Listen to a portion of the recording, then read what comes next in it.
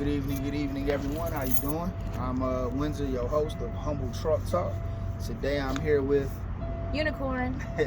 that's a CB name for everybody out here in the trucking world who may or may not know.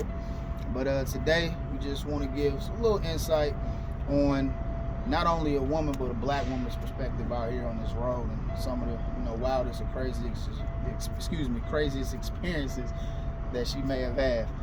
Take the flow. Today's lesson is going to be on defensive driving. Let me tell you, 3 years in this industry, right? And I thought I had seen it all, but trust me, people will surprise you. I was coming off of 285, and this is going on to I-20 westbound.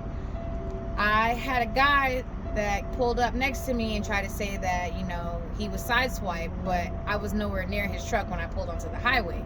So I pulled onto the highway. The next thing you know, this Caucasian male, of course, thinks that he can run me off the road. So I do my little defensive mode and I jump back into the exit lane as if I'm going to exit off, and I go around him, safely.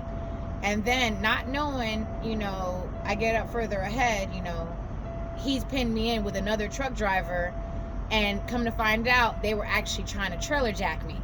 So this is when you gotta be defensive driving. I had these gentlemen try to sideswipe my truck all the way off to the shoulder. So first thing I think of in my head is, okay, slow down and break down. That's not what you want to do. You actually want to go ahead and speed up if you can. And if you can't speed up, in that case, you want to go ahead, pull off to the side of the road. At the same time, you want to throw it in reverse safely and soundly, and then try to maneuver as hard as you can to your left hand just to get around.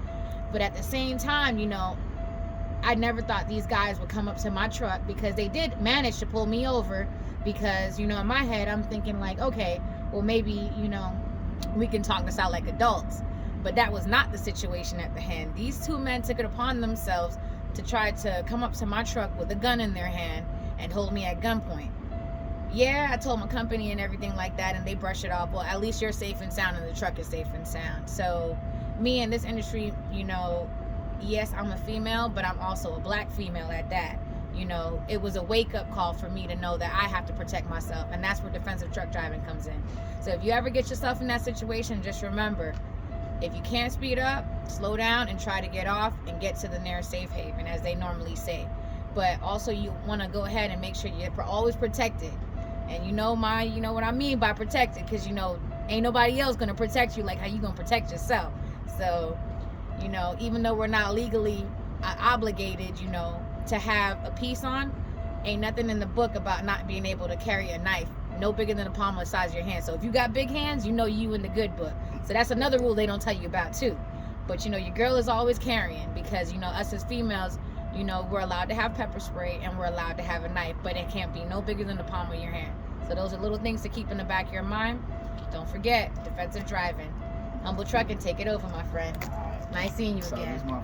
This is Unicorn, and that's another one from Humble Truck Talk, and that's how we do it. Appreciate you.